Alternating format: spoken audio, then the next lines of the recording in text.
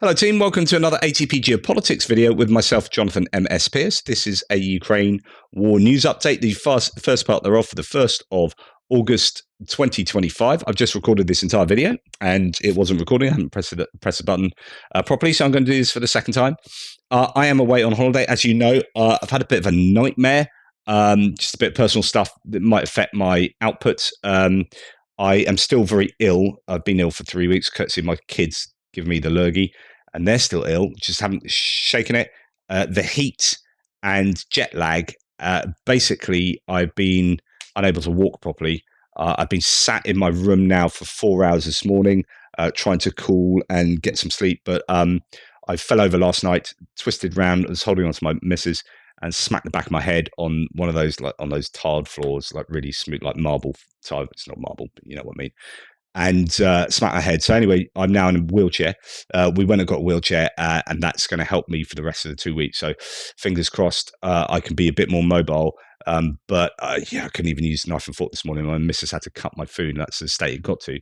Just I think the heat and the illness with my MS going mental. So just cooling down, and hopefully now can focus on, for the second time, telling you what's been going on in Ukraine. Quite a lot to go through because you've got the normal hits and losses. I'm trying to add a little bit at the end in terms of geopolitics. I know some of you don't like that for the hits and losses, but it saves me doing multiple videos. And actually, it's quite important today. There's quite a lot of stuff going on. I've just been speaking for the best part of half an hour, and actually, I feel a lot better for being talking about Ukraine. I think it's actually sorted my head out quite a bit, so that's good. So start with the general stuff. Figures: 940 personnel lost is pretty average for, I guess, what we have seen. It's been dipping below the 1,000 threshold. It went back up again, I think, yesterday. Now back again to 940. One single tank, 2 troop-carrying AFVs, 33 artillery systems. That's good to get back up to a number above the daily average, which is about 25 for artillery at the moment. 72 vehicles and fuel tanks, slightly down there, or at least below 100. And I think this gives us a reflection of what's going on along the front lines, or maybe what's not. It's not as crazy as it has been over the course of the war, but there are certain areas that are real hot points and that are very challenging for the Ukrainians, such as Patriots, Costanti, Chasiv Yar apparently as well, although it's not as bad as the Russians claim it was, but still they're making advances there.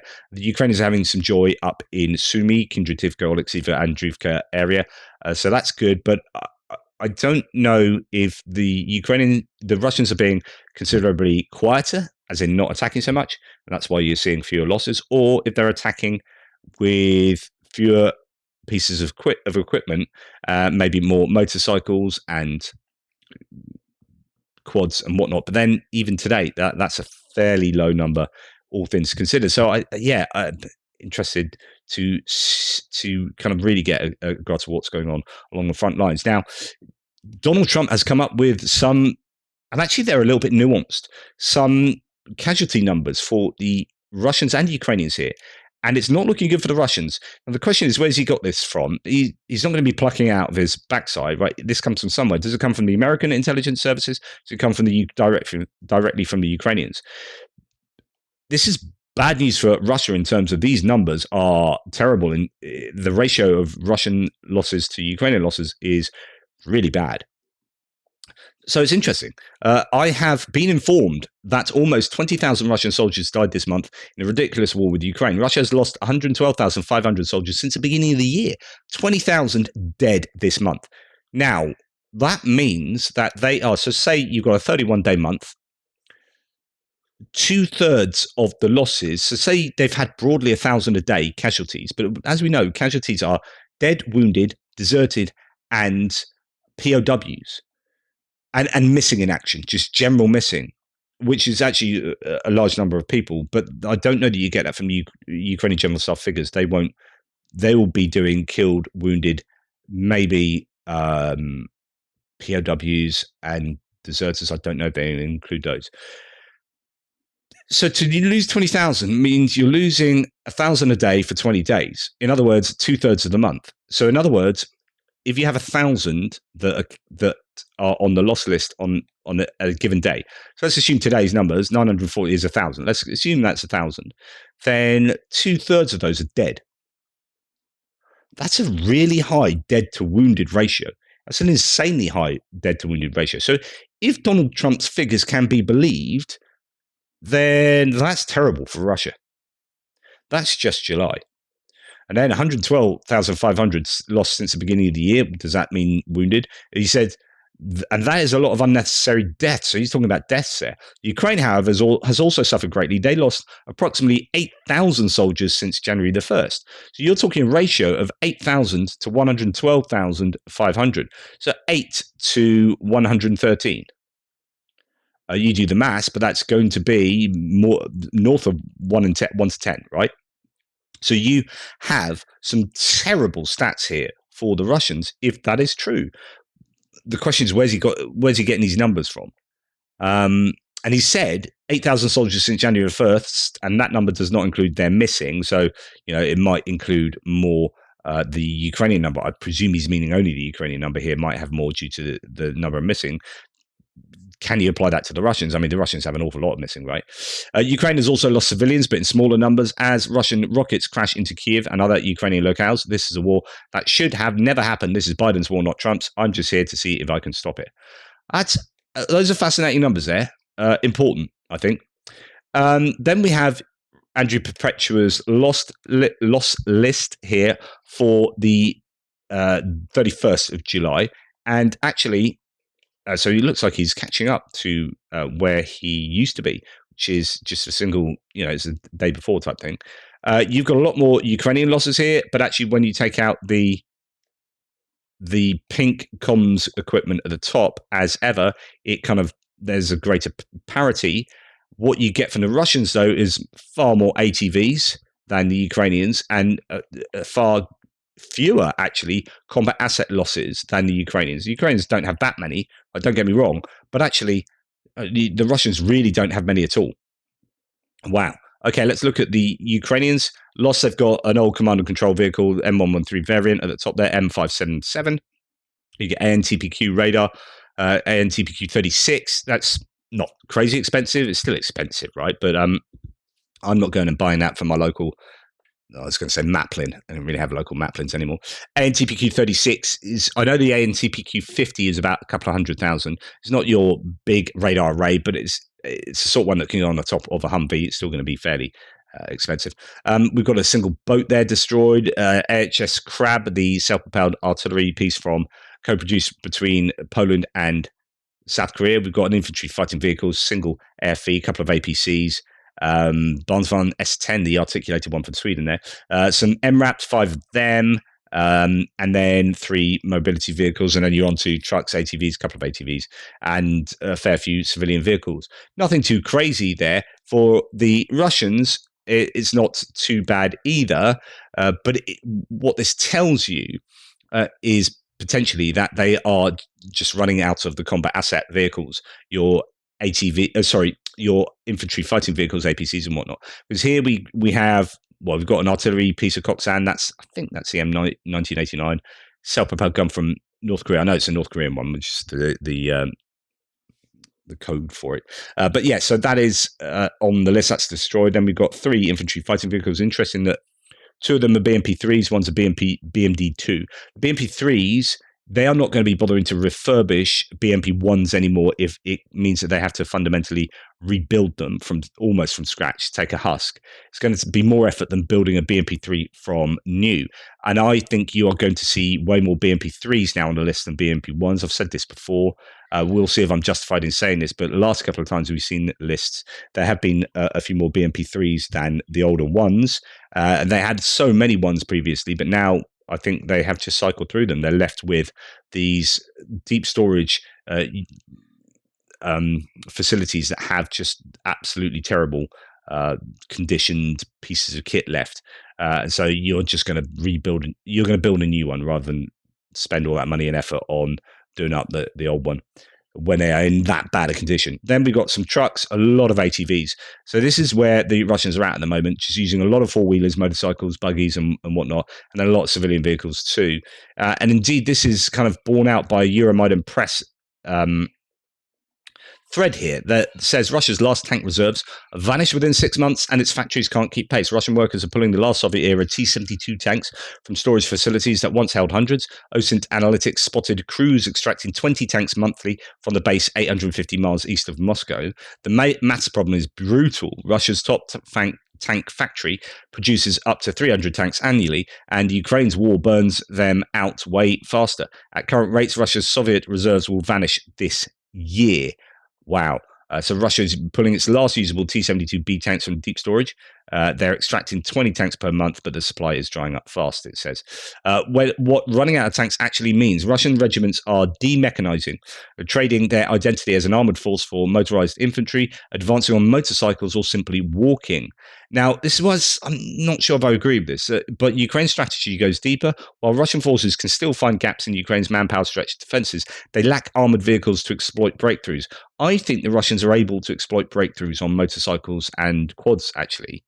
So I don't think it's as bad, but they definitely have got to a point where they are seriously running out of the more traditional combat assets. Now, here is what we see an awful lot of: a tank turned into a glorified APC, one of these Mad Max vehicles. But what's fascinating about this, and why I'm including this video, is it drives up to a tank fortification, an anti-tank fortification, which is a big old mound there, and it gets stuck. And I don't think actually that vehicle has the ability to, as you can see there, to get up. It's got a plow at the front, but I think the gradient is too high, and that fortification is doing its job. Maybe that if it didn't have all the turtle tank paraphernalia on top, it could better negotiate that. But here we have a massive mound followed by ditch, and that tank is not going to be able to negotiate that. Jesus wept. Won't be able to negotiate that without some serious equipment, bridging equipment or engineering equipment. So anyway, there you go. That is a video there for you. Then we hear that obviously there was an 8.8 earthquake, 8.8 scale. I did say Richter scale the other day. Someone reminded me that, or told me. I wasn't aware that the Richter scale was no more. It doesn't get used to measure earthquakes. So it's an 8.8 on the movement magnitude scale or whatever it is. So a big one hit Kamchatka, and then nearby was the Soviet Arctic Fleet base, particularly the Pacific Fleet, I think, particularly their submarines. And people were hoping that the submarines were damaged by Mother Nature, but unfortunately she only bent a pier rather than destroying or sinking or even damaging any of the submarines. And nothing too untoward from the satellite images that the Telegraph has reviewed appear at the Ribachi base was bent out of position, but no damage to the submarines was reported. Shame on you, Mother Nature. Deep State confirms that Russian advances have taken place in Chasiv Yar, but denies its full loss as claimed by Russian forces. Russian forces also made gains near Dnipropetrovsk region border and in Toretsk, so some certain areas are not looking good for the Ukrainians. Chasiv Yar definitely under a lot of strain there. Amazing, since it was supposed to have been taken by the end of last summer. Might well end up being taken by the end of this summer. Ukrainian manufacturers have supplied more than 1 million FPV drones to the troops since the beginning of the year, according to the General Staff. So that's fantastic. They are the gods of war these days, it seems. And on the other hand, Russia has funneled at least $3 billion into drone production since 2022, with 900 companies, mostly small and medium, now involved. So they have actually mobilized more than just their centralized state architecture. Industrial architecture. Official stats claim 7,000 people work in the sector, according to Defense News. Certainly a worry for the Ukrainians. And in fact, we hear that Russia plans to produce 40,000 Shaheds and 24,000 decoy drones this year. That's LB. I don't know who LB is, citing military intelligence. Now let's move on to the use of those Shaheds and what took place last night. Remember 2 nights ago when I was in the airport, I was telling you about Kyiv being absolutely shellacked by the Russians. And not too bad last night. 72 drones, only 44 out of the 72 were intercepted. That's a 61% interception rate. That's not nearly as good as we have been seeing. Indeed, the interception rate for the month of July has been 87%. But 28 drones hit 9 locations. Frontline territories of Kharkiv, Donetsk, Dnipropetrovsk regions, as well as Kiev, were affected. Here we have July records show that 96 Russian drones flew from Ukraine into Belarus. This was happening before when they were getting spoofed, but we hadn't heard about it more recently. So I guess that's good to see again. I'd like to know more details about that. But anyway, Belarus airspace saw the heaviest month of Russian drone presence yet, I presume since the beginning of the war. So worthy of note. Ukraine's air defense has achieved an 87% interception rate in July, downing 5,702 out of 2,529 Russian aerial targets. That's the analysis there. Russia set a new monthly record for drone launches, 16% higher than in March, while cruise missile activity remains steady at 116 launches. Analysts note that as the number of attacks grows, so does the absolute number of targets getting through, even with high air defense effectiveness. You said more. Even if you are effective at shooting these down, intercepting them, more are going to get through, just in terms of real numbers. A massive fire broke out of a furniture factory following on from the strikes on Kyiv last night. Over 100 firefighters and more than 30 units of equipment were involved in tackling that blaze.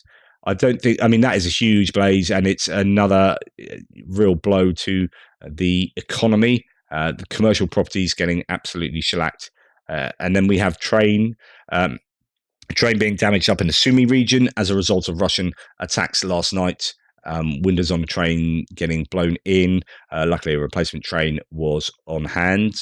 But yes, so that was last night. But really, a lot of talk on what took place the night before, which, as Tim White starts off with his thread today, so yesterday, so not last night's attacks, but the night before.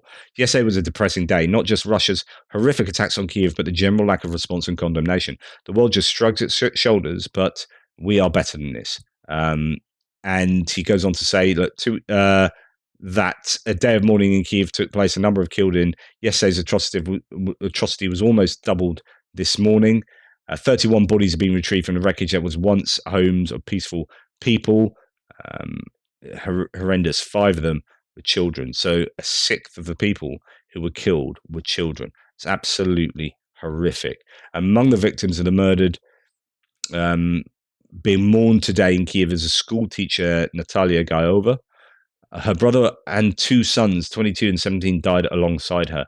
Her husband and youngest son survived. And so it's worth just putting a face to what the Russians do sometimes to remind us of the human cost of this war. Horrific. The Russians just happy to commit war crime after war crime, as far as I see it. Morning in Kyiv brings grief, says the Euromaidan press. A toll from the attacks the night before. 31 lives lost, included in those a 2-year-old and a 6-year-old. So children among the dead.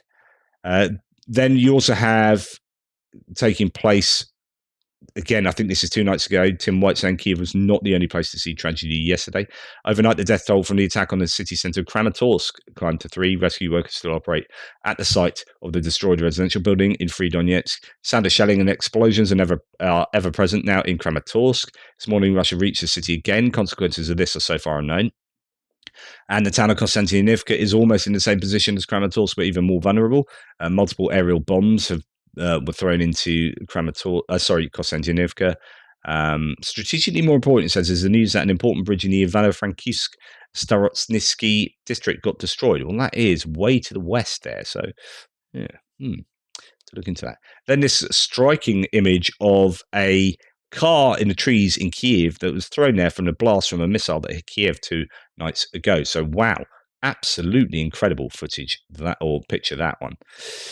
Okay, and then we hear that in the first step, Germany is to send Ukraine 2 Patriot launchers in the coming days. So imminent delivery scheduled from Germany in terms of Patriot launchers. Germany's already delivered 3 Patriot systems to Ukraine, according to the German Defense Ministry.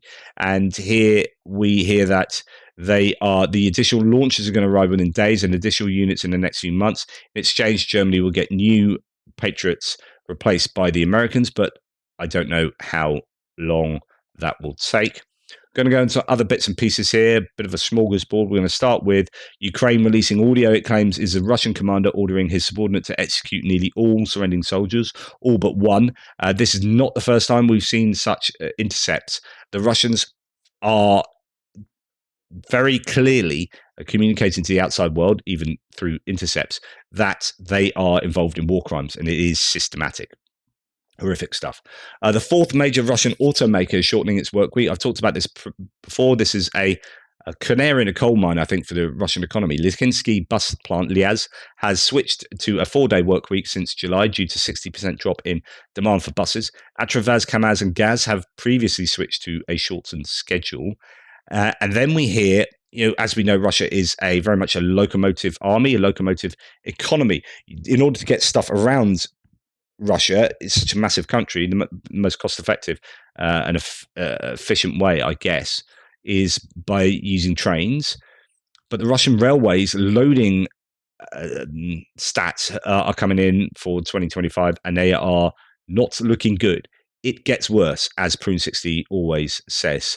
Wow. So way below where it has been for the last 6 years or so. I don't know if there's anything else to mention. So yeah, it says reference to previous threads and whatnot. So total loading data is way down. Yeah, I don't know if I'm going to go into any of the details here. The Russian Minister of Transportation died under very mysterious circumstances in July, worth remembering that. Nobody could seem to agree on a timetable of what happened, or even when it happened, or even if he had been fired before or after he died.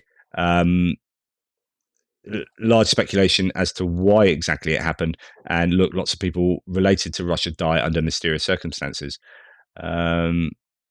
So yeah, it's not looking good for transportation within Russia, and that's going to be connected to the economic downturn or the challenges, things like coal production, mining, meaning that they have less need for railways. So the railways is a really good. The railway loading is a really good indicator of the economic activity, I think, going on in Russia.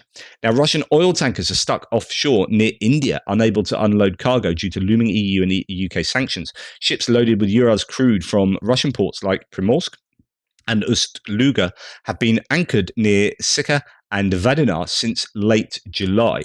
That is good. So that's the UK and EU. But we also hear that India's largest oil refiner has snapped up millions of barrels of crude from the US and the UAE, facing pressure from the US and Europe over its purchases from Russia. So there is some kind of secondary sanction pressure on India that is taking place. Oil Corp bought 5 million barrels of US crude on top of 2 million barrels of supplies from Abu Dhabi. That is going to hurt the Russians and their ability to make money on their crude. Now, Tim White says, politically in the US, things seem to be slowly turning against Russia. Finally, a few stupids realize Putin is a big part of the growing axis to unseat the US as the world's most powerful nation and to dismantle NATO as the world's biggest defense partnership. Another small piece of evidence can be found in the Pentagon statement today. The latest US Defense Department include AMRAM. So there's lots more in this, but AMRAM, they've ordered a whole bunch of AMRAMs, and it looks like for allies as well. And I don't know if that's through foreign military sales, because there's also, it looks like they're pushing for the budget for the NDAA for the Department of Defense to include possibly even $1 billion, is it, for next year for Ukraine. That would be a massive change. So anyway, I need to look into that though. Now, here's what I was saying. Trump has said some pretty big things. So first of all, the stats on the losses, I think, was really significant. Then we've got this. So President Donald Trump has ordered 2 nuclear submarines to be deployed to appropriate regions in response to what he called foolish and inflammatory remarks by Russia's Security Council Deputy Chairman Dmitry Medvedev. So remember, I reported that they've got this bit of a tete-a-tete, Medvedev and Trump, and that's what we want to see. We want Trump to realize that these guys are just kind of douchebags, and that they are as horrible as they are. right? Based on the highly provocative statements of the former president of Russia, Dmitry Medvedev, who is now the deputy chairman of the Security Council of the Russian Federation, I've ordered 2 nuclear subs to be positioned in the appropriate regions, just in case these foolish and inflammatory statements are more than just that. Words are very important. Yes, they are, mate. Unfortunately, you also throw them about all over the shop. But anyway, words are very important and can often lead to unintended consequences. I hope this will not be one of those instances. Thank you for your attention to this matter.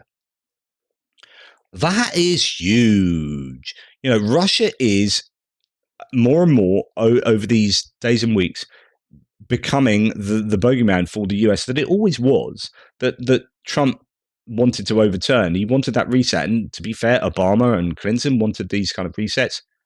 But actually, there was this desire, it seemed, from the Trump administration, I don't know if it was him or the people around him, to want to do business with Russia rather than hold them to account.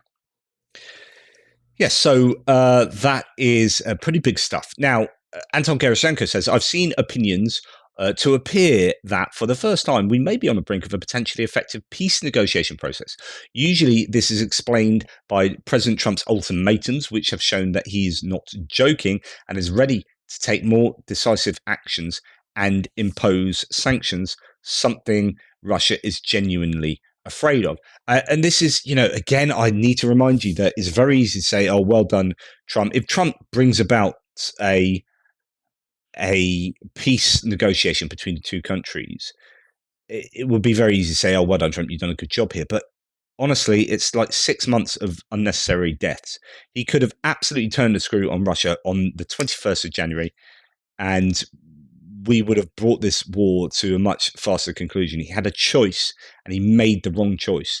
He's now realizing it was a wrong choice and coming around to making the right choice, possibly. We don't know. But it's just frustratingly late.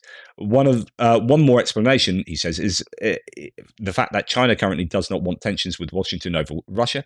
It's therefore starting to put pressure on the Russians. However, I look at the situation more cautiously and reservedly. At this point, we are seeing declarations of intent, but no real actions or specific agreements. Moreover, from Russia's side, we are seeing escalation. We're not seeing any signs that Russian propaganda has started to explain to its population that the goals of the special military operation have been achieved and that the war will be stopped. Actually, the opposite narratives are being broadcast. And that is why it is necessary to analyze not what we wish to see, but the actual reality, unfortunately.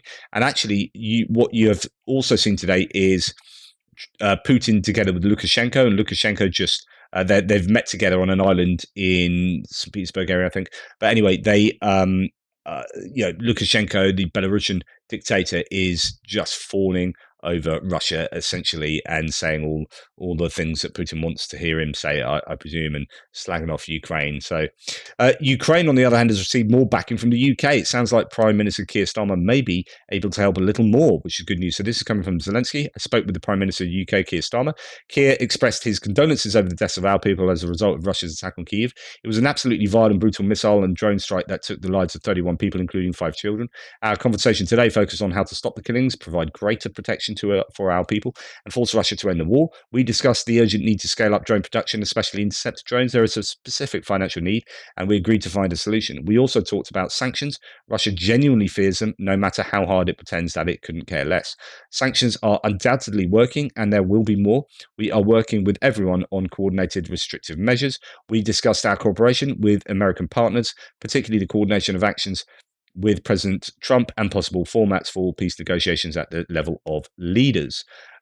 We are also preparing for active diplomatic engagement with our partners in Europe and the United States. We aligned our positions ahead of upcoming international events. So hopefully UK can help a little bit more then with Ukraine. If this is coming from Putin, a statement, if Kyiv is not ready for negotiations, Moscow will wait, Putin claimed today, repeating his usual talking points about Ukraine's government and so-called peace terms. So he basically claimed that effectively the Ukrainian government was illegitimate. And so-called peace terms from June 2024. Once again, these are just the same previously written nonsense replies from the Kremlin. So going back to what Gerosenko said, like if you're not seeing any difference of rhetoric from the Russians, if there's no priming of the population in terms of, well, okay, we have achieved our goals, then really it doesn't look like Russia is going to change course at all. And that's what you need to keep your eye on. Zelensky responded to Putin's statements by proposing a leaders' meeting. Quote, if Russia's words mean a real willingness to end the war with dignity and secure lasting peace, not just buy time or delay sanctions, Ukraine is ready to meet at any time, he said, urging to move beyond technical talks. Now, there is some talk. The Ukrainians today, I think, have said that they are hoping to get the war finished, get the war wrapped up. Hey, bish bash, what's it like doing the ironing by the end of 2025, which is not too far away in terms of war now. But yeah, I guess we'll just have to see if Russia is serious about peace at all. Zelensky responded to Putin's latest statements by proposing a leaders' meeting. He said, if Russia's comments are a real signal of readiness to end the war and establish a lasting peace, not just a move to buy more time, Ukraine is ready to meet at the highest level, direct leader-to-leader dialogue. So that is a slight bit of change there from Ukraine, wanting to meet with Putin very overtly, and so on and so forth. Now, a leaked document. I'm going to leave you with this, just the annoyance. We've heard previously that a military company in Hungary has been helping Russia, but a leaked document shows a Hungarian company has offered to repair Russian helicopters in Kazakhstan with spare parts from Moscow. Informed Napalm warns this undermines NATO's security. So what you need to do is provide this to the Americans particularly and say, look, here's a Hungarian nation. Here's Hungary as a part of NATO, part of the EU. They are helping out Russia against the wishes of NATO. Like, what do you do with this? Something needs to happen. And there needs to be some serious rap knuckles going on there, to say at the very least. Anyway, that's enough from me. Thank you guys for allowing me to do this. By talking to you, I feel so much better than I did 2 hours ago, where I was just dazed and confused. Now I'm in the zone, and my boy's just come into the room, and he's going to take me down on a wheelchair, and we're going to do some serious swimming. And hopefully that swimming will involve the pool, which I haven't even seen yet, with a swim up bar, which is like all that a grown man like myself could wish for in life, to be able to swim up to a bar and order a beer and stay cool. MS is all about like cool body temperature. So I think I'm just going to stay in a pool and use a bar as an excuse, or use a pool as an excuse for the bar. I don't know. I'll let you know how I get on. Take care, everybody. Speak to you soon.